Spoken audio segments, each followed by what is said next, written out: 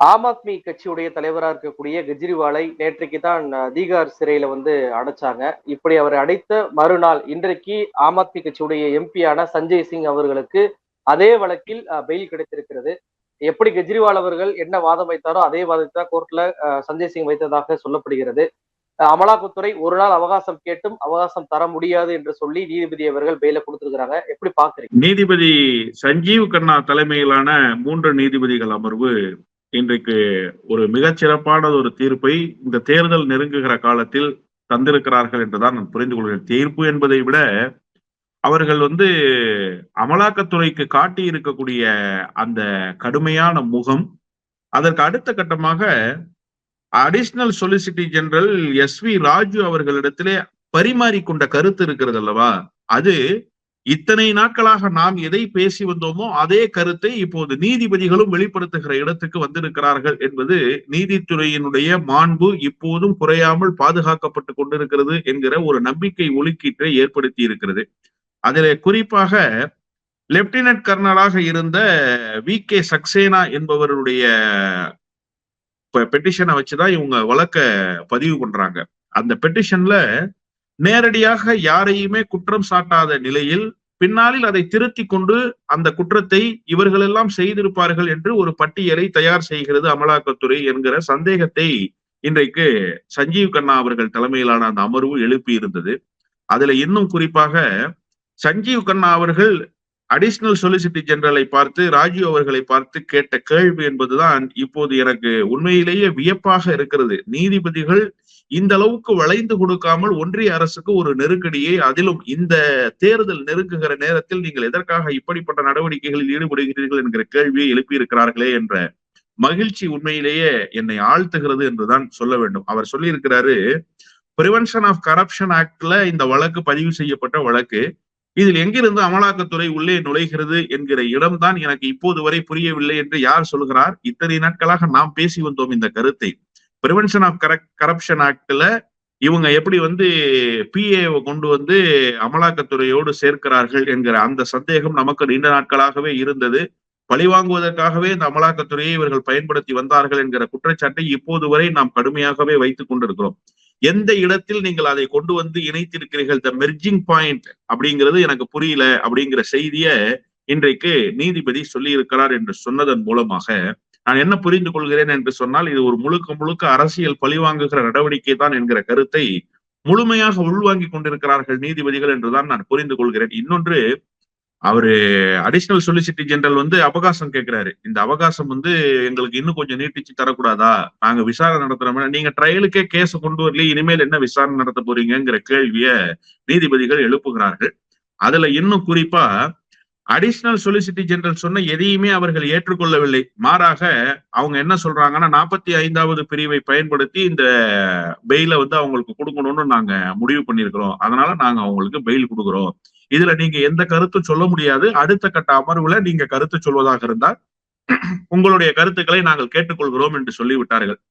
இதுல இருந்து நான் என்ன புரிந்து கொள்கிறேன் என்று சொன்னா, இந்த PMLA ஆக்ட்ல கைது செய்யப்பட்டிருக்கிற எல்லோருக்கும் தேர்தலுக்கு முன்பாக பிணை வழங்கப்பட்டு விடும் என்கிற கருத்தை நான் ஆணித்தரமாக பதிவு செய்கிறேன். ஏனென்று சொன்னா, இன்றைக்கு விடுதலை ஆகியிருக்கக்கூடியவர் என்ன காரணத்திற்காக கைது செய்யப்பட்டாரோ, எந்த குற்றச்சாட்டு அவர் மீது சுமத்தப்பட்டதோ, அதே குற்றச்சாட்டை, அதே பிரச்சனையை, அதே வழக்கை காரணம் காட்டித்தான் அரவிந்த் கெஜ்ரிவாலை கைது செய்திருக்கிறார்கள். அப்ப இவருடைய பேர் இல்லைன்னு சொன்னா அவருடைய பேர் மட்டும் இடம்பெற்றிருந்ததா?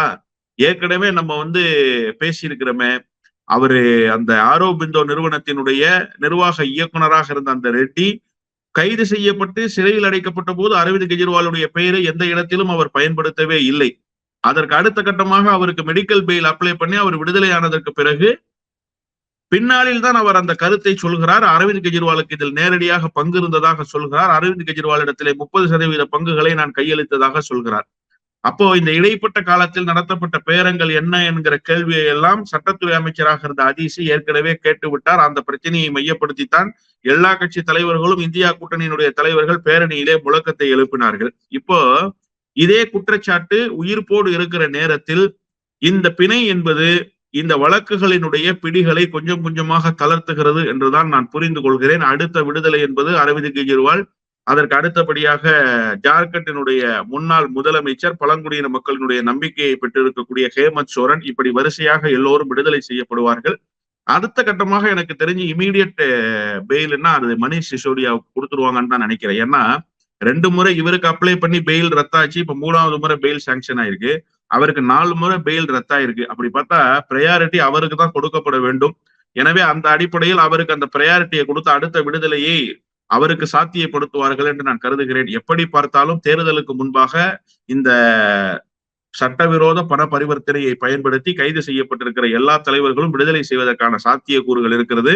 கூடுதலான மகிழ்ச்சி செந்தில் பாலாஜியும் அதற்கு முன்னால் விடுதலையாகி விடுவார் என்றுதான் நான் புரிந்து கொள்கிறேன். இப்ப நீங்க சொல்லும் போது சொன்னீங்க சஞ்சீவ் கண்ணா அவர்கள் இடியுடைய வழக்கறிஞர்களை பந்தாடி இருக்கிறார், பல கேள்விகளை கேட்டிருக்கிறார் அப்படின்னு சொல்லி. இன்னொரு விஷயம் அவர் கேட்டிருக்கிறார் என்ன அப்படின்னா, 1 ரூபாய் கூட கைப்பற்றாமல் ஒருவரை எப்படி நீங்க சிறையில இவ்வளவு நாள் வச்சிருந்தீங்க அப்படின்னு சொல்லி கேட்கிறார். அப்போ வந்து இடியை பொறுத்த வரைக்குமே சட்டவிரோத பண பரிமாற்றம் நடந்திருந்தாதான் கைதே பண்ணணும், வழக்கே போடணும் அப்படின்னு இருக்கும்போது அமௌண்டே கைப்பற்றாம இந்த வழக்கை அவர்கள் போட்டிருக்கிறார் அப்படின்றது இப்ப நிரூபணம் ஆயிருக்குல்ல. அப்போ இந்த வழக்கை பொறுத்த வரைக்கும் ஈடியும் சரி பாஜகவும் சரி அம்பலப்பட்டு போயிட்டாங்க. இந்த லிக்யூர் ஸ்கேம் அப்படின்றத சொல்றதே வந்து ஒன்றுமே இல்லாத ஒரு விஷயம் அப்படின்னு சொல்லி இப்ப பாக்கலாம்ல இந்த பெயிலை பொறுத்த வரைக்கும். ஏன்னா இந்த பிஎம்எல்ஏ வழக்கை பொறுத்தவரை இது வரைக்கும் யாருமே பெயில் வாங்கினது கிடையாது, யாருக்குமே பெயில் கிடைத்தது கிடையாது. கருப்பு சட்டத்தை பொறுத்த வரைக்கும் அவர்களே அவங்கள வந்து நிரபராதி நிரூபிச்சா மட்டும் தான் வெளியே வர முடியும் அப்படின்றது இருக்கு. அப்படி இருக்கும்போது முதன் முறையாக சஞ்சய் சிங் அவர்கள் அரசியல் வழக்கை பொறுத்த வரைக்கும் முதல் முறையாக சஞ்சய் சிங் வெளியே வருகிறார். இந்த மாற்றத்தை எப்படி பாக்குறீங்க? இவ்வளவு நாள் இடி வந்து பொய் சொல்லி இருக்கிறது அப்படின்றதான புரிஞ்சுக்கிற முடியுது, இந்த பணமே எப்படி பிடிக்காம இருக்கிறது. இல்ல, அபிஷேக் சிங்வியினுடைய வாதம் பிரதானமான வாதம். அவர் என்ன சொன்னாருன்னா, இந்த வழக்கை ட்ரையலுக்கு கொண்டு வருவதற்கே அமலாக்கத்துறை சிரமப்படுகிறது.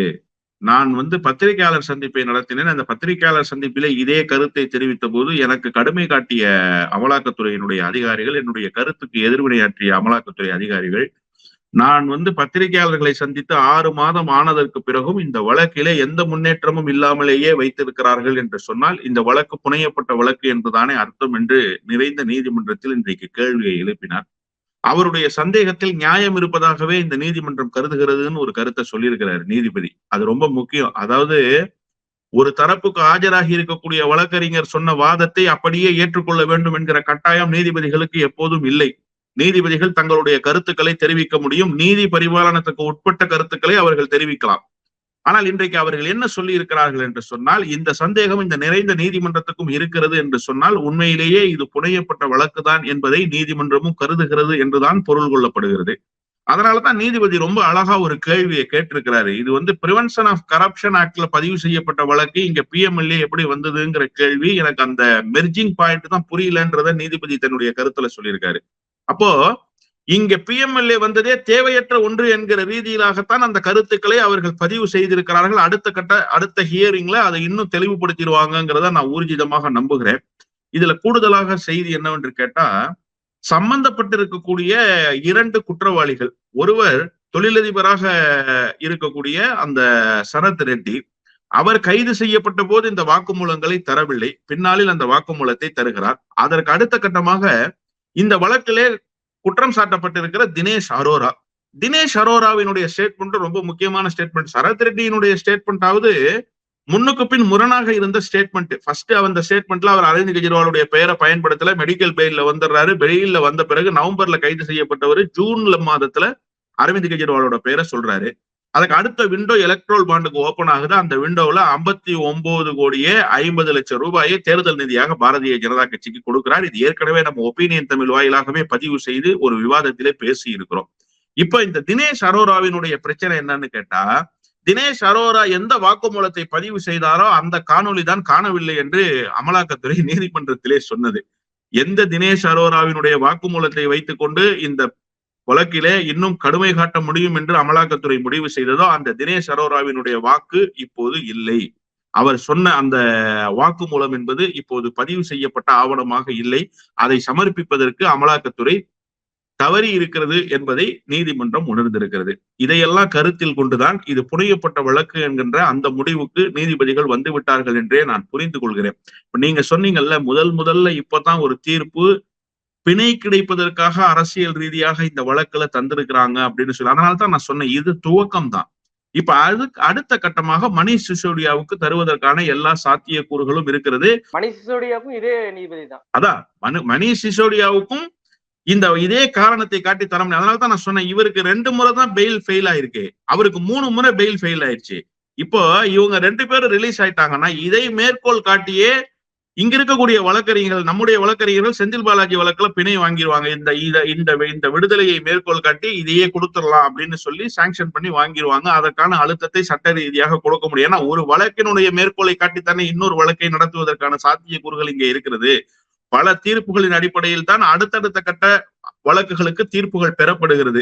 எனவே இயல்பாகவே அது கிடைத்துவிடும். அதனால் தான் நான் சொன்னேன், தேர்தலுக்கு முன்பாகவே இந்த ஆன்டி மணி லாண்டரிங் ஆக்ட்ல கைது செய்யப்பட்டிருக்கிறவர்கள் எல்லாம் விடுதலை செய்யப்படுவார்கள் என்பதை பாரதிய ஜனதா கட்சி இப்போது பேராபத்தோடு பார்த்து கொண்டிருக்கிற காட்சி, அவர்கள் கண்களில் தெரிகிற பயத்தை இப்போது நாம் பார்க்க நேர்ந்திருக்கிறது.